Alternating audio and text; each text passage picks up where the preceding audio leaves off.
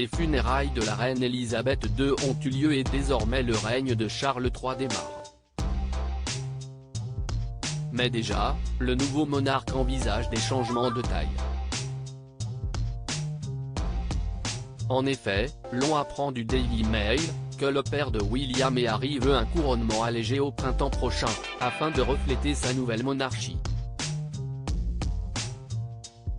Et si y est une date bien particulière qu'il pourrait choisir puisqu'il le ferait à l'occasion du 70e anniversaire de règne du couronnement de sa mère. Celui qui est sur le point de rentrer dans une période de deuil royal, penserait à organiser le service le 2 juin de l'année prochaine.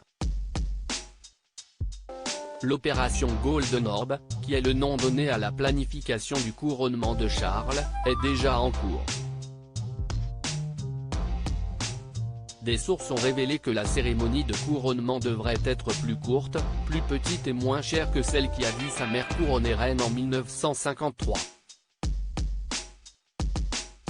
Charles III entend ainsi montrer au monde entier comment sa monarchie allégée fonctionnera à l'avenir. Il espère à travers ce message rappeler qu'il prend en compte de la crise actuelle du coût de la vie qui saisit sa nation. Les aspects traditionnels, eux, devraient néanmoins rester inchangés. Et pour promouvoir la protection de la diversité au Royaume-Uni, l'époux de la reine consort Camilla pourrait bien inviter des membres de différentes confessions, y compris des chrétiens, des musulmans, des juifs, des hindous et des bouddhistes comme partie de la congrégation.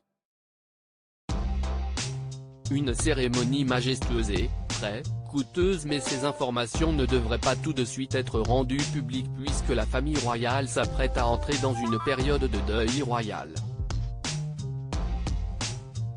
Après les funérailles d'Elisabeth II, ils vont en effet rejoindre Balmoral, où elle est décédée le 8 septembre dernier.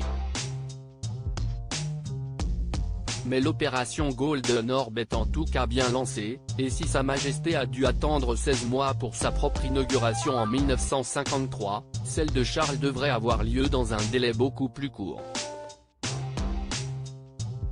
Lorsqu'il est évoqué que la cérémonie devrait être moins coûteuse, si est que celle de la reine Elisabeth II avait été majestueuse, on parle d'un coût des 1,57 million de livres sterling à l'époque, soit environ 45 millions de livres sterling aujourd'hui.